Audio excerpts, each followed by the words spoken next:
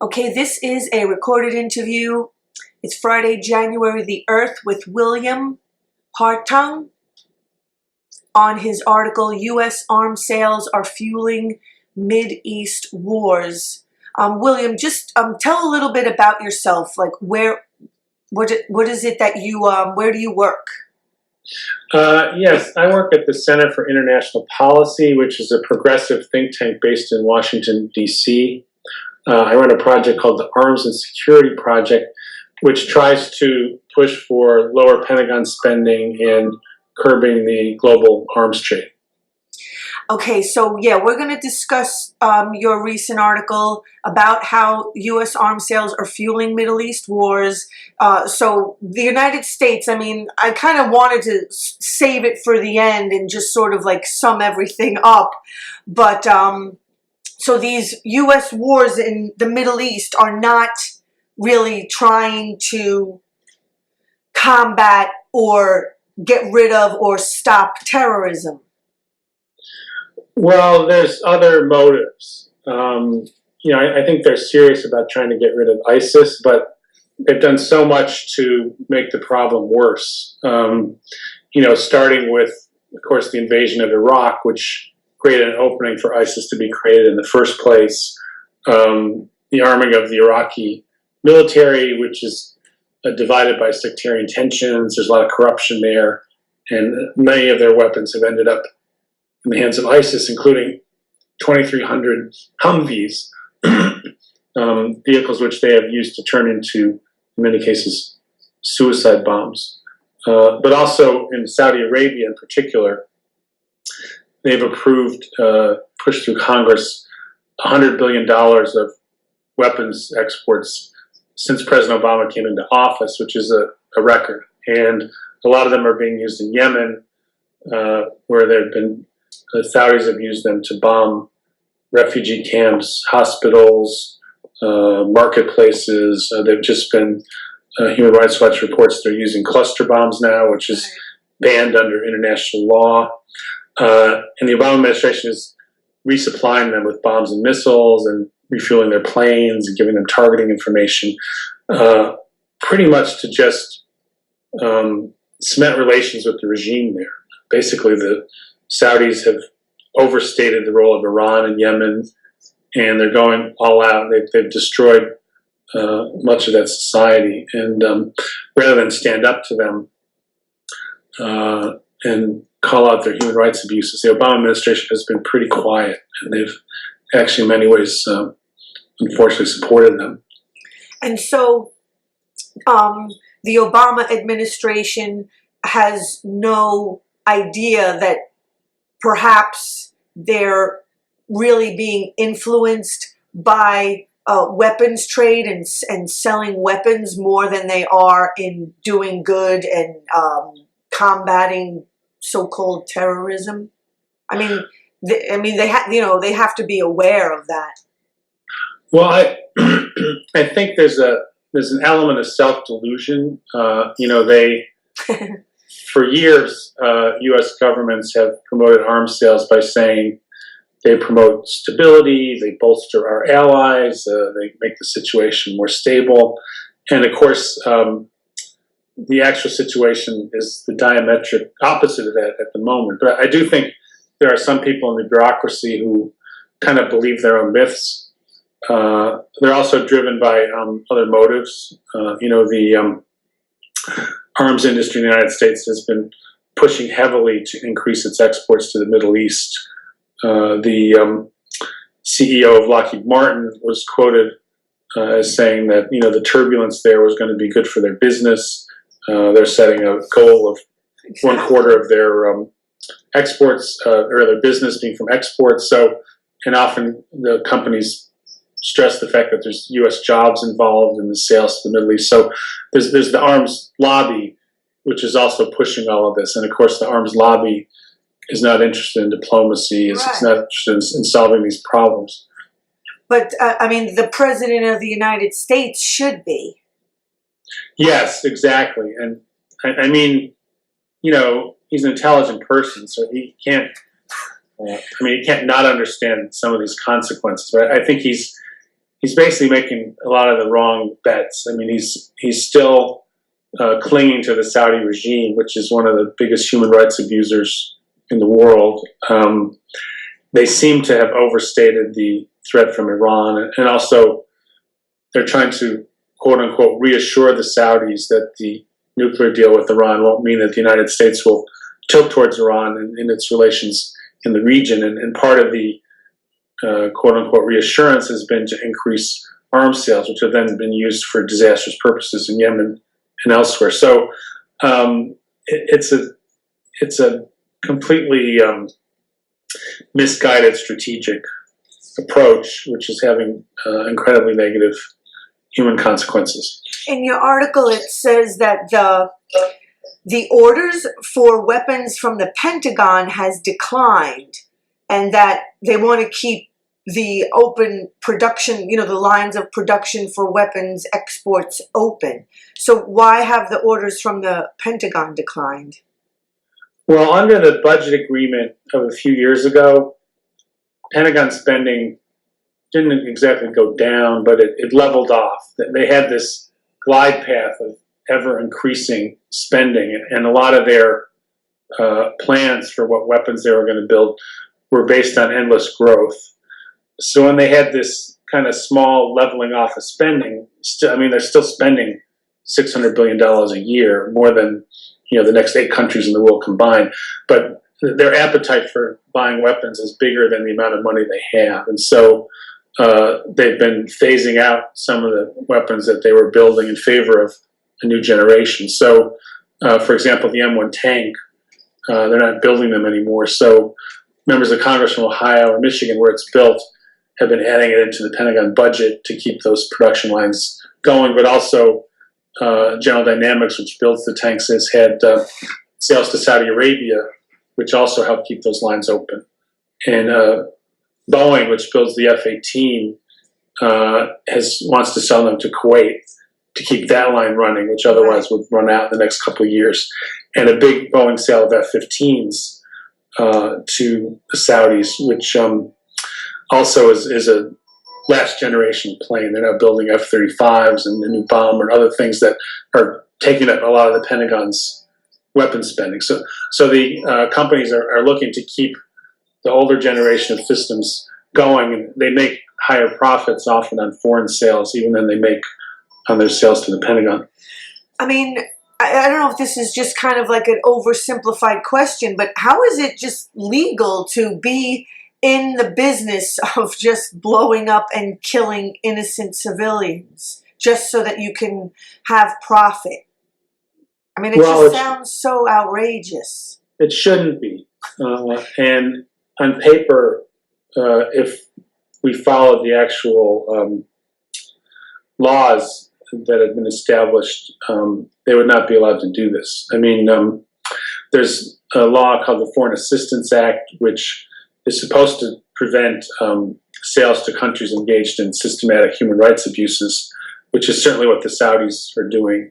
Also, there's a provision in the Arms Export Control Act, another law that's supposed to govern these things, saying that U.S. weapons should not increase tensions and fuel conflicts. They should only be used to foster, balances and stability. That's clearly not happening. So, basically, whenever these laws seem to be relevant, they're always trumped by some other concern. It's economics, it's oil, it's a longtime ally who's somehow strategic in the region.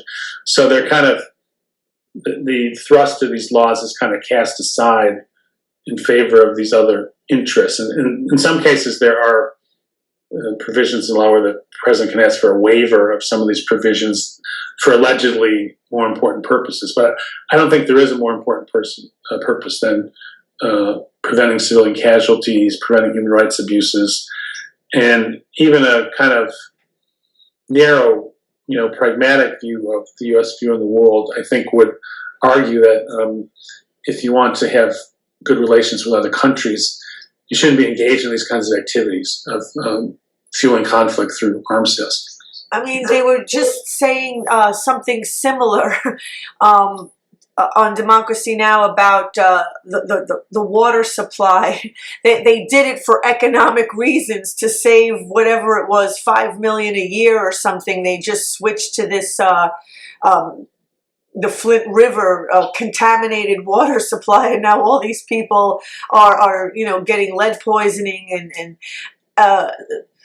so if the economy is kind of at the opposite ends of the spectrum from keeping people safe, and I mean, shouldn't money be tied to human rights, humanitarian rights, and health? And if it's at the opposite ends of that, isn't there something wrong with the economy, the monetary system?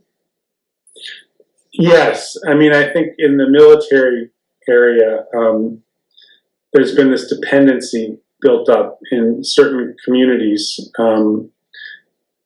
Places like St. Louis, Missouri, and Route 128 in Boston, large parts of California, Seattle, Texas, Georgia, Florida, where so many weapons contracts have been sent to companies there over so many years that it's a big part of local employment and revenue. So representatives from those districts in Congress, as well as local officials, lobby heavily to keep that spending going.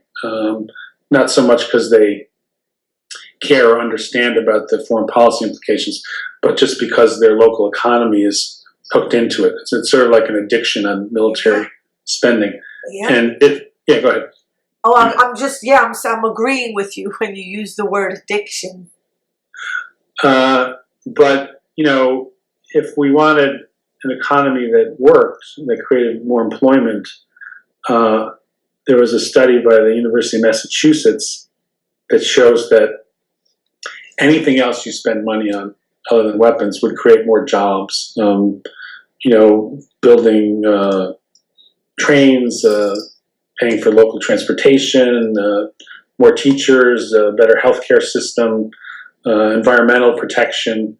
Any of those things would create probably 1.5 to 2 times as many jobs as throwing it into the military. So if it was just about the economy, there's much better ways to go about this. But there's this political logjam, both because of a misguided international policy where there's this assumption that the United States needs global military reach to interfere in countries all over the world. And then there's this local economic dependency. And of course, you've got a very conservative Republican Congress that doesn't want to spend anything on domestic issues. And President Obama, I think, has been too timid in trying to push for the kind of investments that we need to really make people's lives better. I mean, it's not so much about the economy as much as it is the profit motive from the people like Boeing and Lockheed Martin and the other one, General Dynamics. Well, I think the profits are the leading edge. These companies, some of them, like Lockheed Martin, gets 80 to 90% of its money from government contracts. And the industry, arms industry as a whole, in an average year, has as many as 1,000 lobbyists in Washington, which is almost 2 for every member of Congress. So their motivation is profit. But what they've also done is they've created this dependency in these communities economically, so that political officials, union members, people who work at the diner across from the factory, all feel somehow tied to the fortunes of these companies. So the companies have helped foster this dependency, which gives them more political clout than if they were just waving a flag saying, let's do this so I can make more money. Right. They're not going to go on Fox News and say that. No, they're not going to say, "Boy, war is great for us. Let's keep going." But what they do is they fund right-wing think tanks who do make those kinds of arguments. So the Heritage Foundation and the American Enterprise Institute, many others get money from Lockheed Martin and other weapons contractors. And so when they argue for more missile defense or invading Iraq or many of these other things that benefit the industry. Very few people know that they're being paid by the industry when they do this.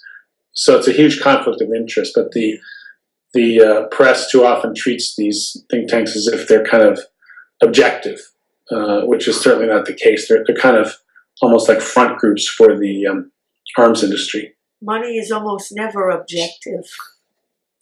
No. Usually people want something in return. I was just going to read these two short paragraphs from your article, and the one that reads, but it's not just about money. U.S. supplied arms are fueling conflict in the region. The most troubling recent sales is a deal in the works that would supply $1 billion or more in bombs and missiles for the Saudi Air Force, again for use in the Yemen war. The use of U.S. supplied helicopters, combat aircraft, bombs, and missiles in Yemen has contributed to the humanitarian catastrophe there. A recent attack on a wedding party that killed more than 130 people is just the latest example of the indiscriminate bombing that has resulted in the majority of the more than 2,300 civilian deaths caused by war. And of course, there's no way for these people, relatives of these innocent people, being just blown up to sue the Lockheed Martin, for instance. No, they really don't have much recourse, unfortunately. I mean, under international law, this activity should be illegal, and the perpetrators should have some consequences for what they're doing. But it's very difficult to enforce that kind of thing. There's the International Criminal Court, there's the Court of Justice at The Hague, and on occasion they have been able to apprehend and prosecute war criminals like the Serbian leaders of the Balkan Wars, some African dictators and so forth. But it's got limited resources, limited enforcement policy. And so when Human Rights Watch, for example, points out that Saudi Arabia might be involved in war crimes for using cluster bombs in Yemen, there's no real way to call them to account, except for to appeal to the morality of the countries involved, and for there to be a political push, against continuing that activity. But as a legal matter, the ability to enforce international law is unfortunately not strong enough to stop some of these activities. Are all those companies, Boeing, Lockheed Martin, and General Dynamics, they're all U.S. companies? Yes. I mean, they're not the only companies doing it. There's a company called BAE, which used to be called British Aerospace, which is has a lot of factories in the United States as well as in the UK. They've been a big exporter of weapons to Saudi Arabia, as has Canada. A little surprising to me, but Canada just got a $15 billion contract over a number of years to provide armored vehicles to the Saudi Arabian National Guard, which is the internal security force that protects the regime. So there's a lot of countries in the mix, but the United States is by far the leading weapons exporter. But there's other countries waiting in the wings, the French, the Russians, the Chinese to a lesser degree, who are also trying to push weapons into those markets. So if we wanted to stop it, ideally there would be some sort of international agreement so that if we made progress here in limiting sales to human rights abusers, we could keep other countries from rushing in with their weapons sales. And there have been efforts to do that in the past. During the Carter administration, there were talks with the Russians called the Conventional Arms Transfer talks. But ultimately they were torpedoed by hardliners in the Carter administration who wanted to prop up the Shah of Iran in the last days of his rule, who wanted to hopefully sell weapons to China when relations were opened with China, which never fully happened because of the Tiananmen Square massacres. But anyway, the people pushing for exports ultimately torpedoed those talks, even as they were starting to make some progress. And so instead of other countries trying to, come together to, perhaps get the U.S. to stop their arms exports, they're actually wanting to do the same thing. Well, at least the countries with big arms industries, some of the European countries, the Russians, the Chinese, and some others. And there is a treaty at the UN, the Arms Trade Treaty, which Obama has signed, but which Congress has not ratified, which is supposed to limit sales to human rights abusers. But the treaty, similar to the other international laws, doesn't have a real enforcement mechanism. So it's up to the politics of each country to hold the governments to those standards. And it's been difficult to do that. I mean, I'd say the majority of the countries in the world would like to see an end to this arms trade, but the big players have not slowed down, even in the face of the consequences of these recent sales. And I just thought to ask this question. I think I know the answer, but is it any way connected, these arms sales, with the TPP? Not directly. I mean, in the sense that the sales have been going full speed ahead even before the TPP.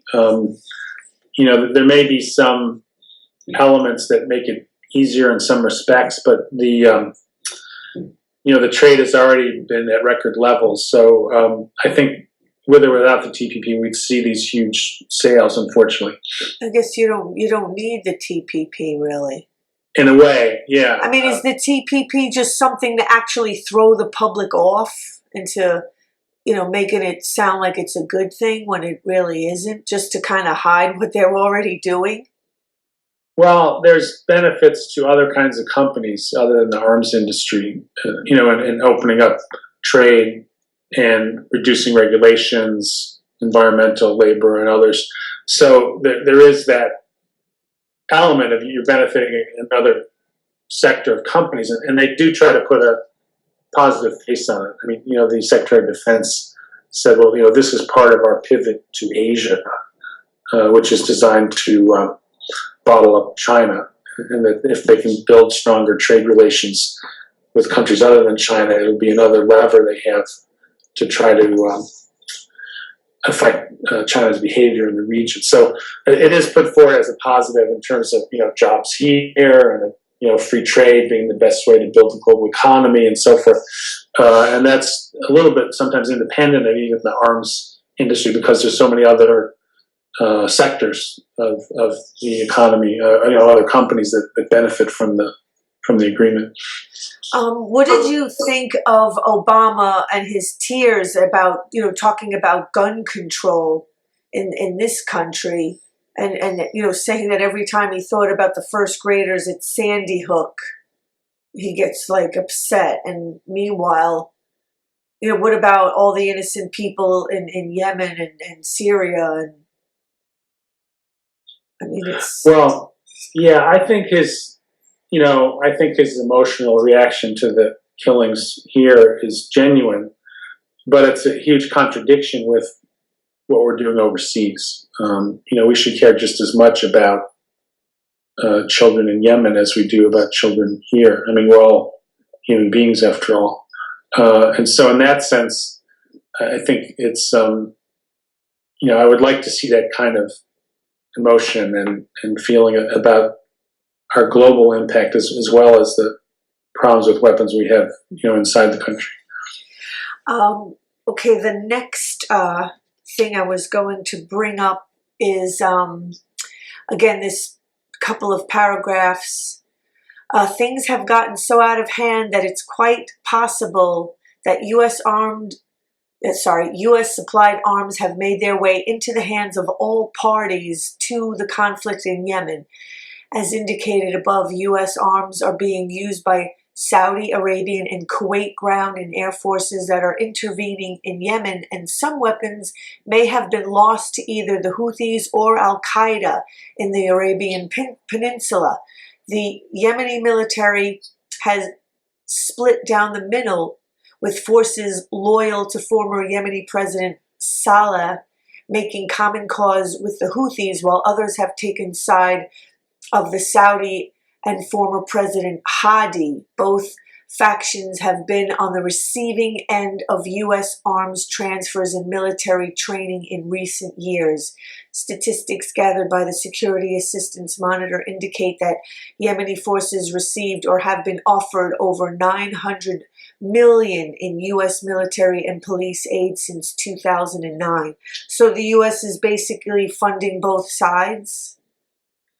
Well, it's the result of the ongoing policy. The support for Yemen's military came before this war broke out, but then once the war started and the military split in half, fighting on other sides, different sides, they had that U.S. weaponry and training in hand. So currently, U.S. sales are going to the Saudis and their allies in the intervention. And the former Yemeni military people are just benefiting from past sales, which could have been, in many cases, these things should be predictable. A lot of times U.S. weapons supplied for one purpose end up being used for a different purpose. And when it happens enough, people should think ahead about what's going to happen, not just look at the short term. So, probably the biggest case of that was in Afghanistan, where the U.S. Arms to the various anti-Soviet fundamentalist factions helped create the base for Al-Qaeda. Many of those people went on to form and fight in Al-Qaeda, and they had been on the receiving end of U.S. weapons when they were fighting Soviets. So they basically just turned those same weapons around and started using them against the United States and its allies. And so, when it happens that often, it's sort of, more than unfortunate. It's kind of unconscionable to continue these kind of sales, assuming that in an unstable world like this, they're only going to be used for one purpose. And then the Al-Qaeda element of it was just $500 million of weapons, which were lost as a result of the war. They can't keep track of where they've ended up, but some news reports suggest either Al-Qaeda or the Houthi are the likely recipients of those weapons. So a lot of it is just unintended consequences that they should have been able to predict. So they didn't do it on purpose, but they should have known better. And so what about ISIS? All of these weapons export, the U.S. is also kind of funding ISIS, aren't they? Well, not directly, but the legacy of all the sales to Iraq and the Iraqi military falling apart in many respects when ISIS first came in from the north. Huge numbers of weapons have fallen into the hands of ISIS. They've gotten about 2,300 armored vehicles. They've gotten all kinds of small arms and ammunition. They've gotten some anti-tank weapons. There was a report by a European research group that suggested that at a certain point in time, perhaps as much as a quarter of ISIS's weapons had come, from the Iraqi military. They'd basically been abandoned, and ISIS took control of them. Yeah, that doesn't sound very, very good. So getting towards the end of your article, so Oxfam America has called on the United States to withdraw its support to Saudi-led coalition, including the transfer of arms to belligerent parties, publicly demand the free flow of commercial goods to all ports, and rally support at the United Nations Security Council for an immediate, unconditional ceasefire and inclusive political process to bring an end to the war. Do you see this conflict ending? Any of these conflicts? Well, I think the recent Saudi execution of the Shiite cleric and the Yeah. provocation and now the tensions with Iran are going to make it harder to resolve the Yemen war or the Syrian war. Was that done for that purpose? Well, I think in the case of the Saudis, part was internal politics. There's a very conservative set of Sunni clerics, actually to the right of the regime, if that's possible. And then partly it was the execution of the cleric was kind of a signal to them that they were going to put down any opposition and that they were going to control the Shiite minority. But I think they probably understood that this would trigger reaction by Iran. And once that happened, they've been trying to use that to, sow division in the region even further than had already existed, try to make Iran the problem, point the finger at Iran instead of at their own activities. And because the Saudis support some of the opposition forces in Syria and Iran supports the Assad regime, in some of these cases, those two countries would be necessary to actually put together a peace agreement that would stick. So to the extent that there's more tension between the Saudis and Iran, it's going to make it harder to resolve these wars. And the Saudis also recently stopped a ceasefire that was supposed to exist in Yemen, which had been breached in many ways. But now they're going full out in their attacks on Yemen. So I think the Saudis are kind of a central problem in all of this, and the fact that the United States continues to arm them is a huge part of the problem. There have been some members of Congress that have spoken out and some non-governmental groups, but we need a lot more attention to the issue than we've gotten so far if we're going to turn that around. And there's a long history of selling to Saudi Arabia, which will take some real political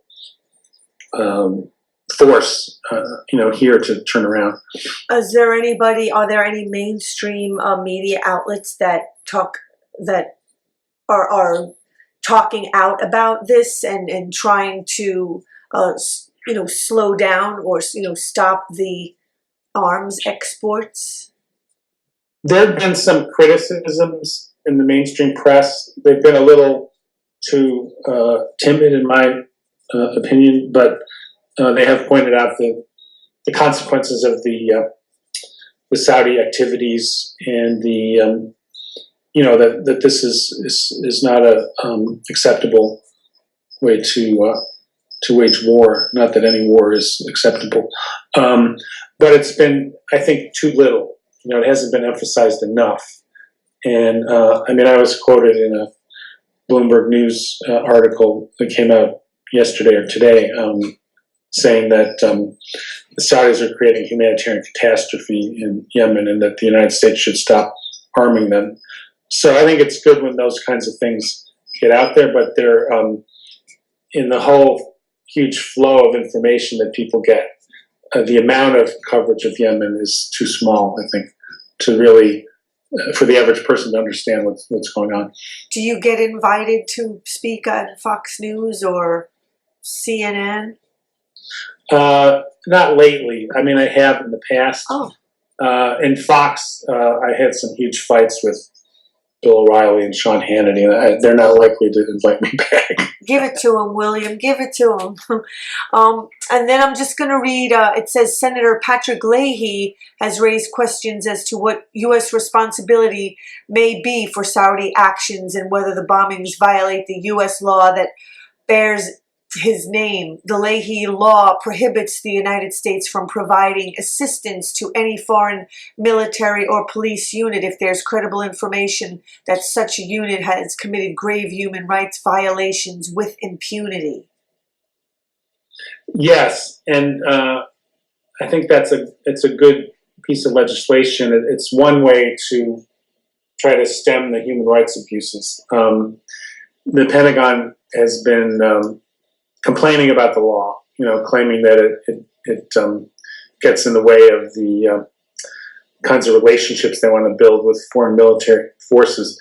But a lot of these relationships shouldn't exist. In Nigeria, the armed forces have been implicated in the deaths of thousands of civilians, some through shooting them, some through essentially them, starving to death in prison or being beaten to death in prison, or the idea that there's a law that might prevent you from doing that, and that's a problem, is completely backwards. And so I think the Pentagon has to be pushed back on this kind of their attempts to undermine the Leahy law, and the law needs to be enforced as systematically as possible.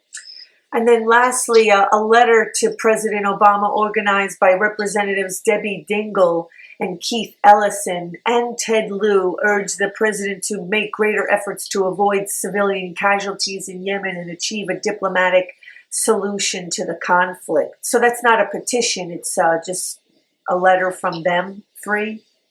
Yes, basically expressing their opinion that the president should take a different course. And, they're trying to get other members of Congress to support them as well. And sometimes if you get enough members on the same page on things like this, you can actually get the administration to change its approach. But you would probably need them to be joined by tens or even a couple hundred of their colleagues to make a big dent on what the administration's doing. But the fact that they're speaking out, I think, is a positive thing. That because some members, I think they sort of feel like criticizing Saudi Arabia is kind of forbidden because they're such a big ally, that there's not a lot of percentage in criticizing them. And of course, the Saudis have a big PR machine in Washington that they use to try to put forward their point of view on these things. I've set aside a piece that goes into that in more detail. I want to learn more about that. But I know that, for example, Saudi funds have gone into one of the super PACs that supports Jeb Bush. So there's Saudi money floating around trying to influence the U.S. political system. So last thing I'm going to ask you, Monday, right? Today's the 8th. Right? So the 11th is the, the 15th, 14th? I think it's going into the 15th year since the opening of Guantanamo. And there are going to be protests in some cities, New York, D.C., on the 11th about getting Guantanamo closed.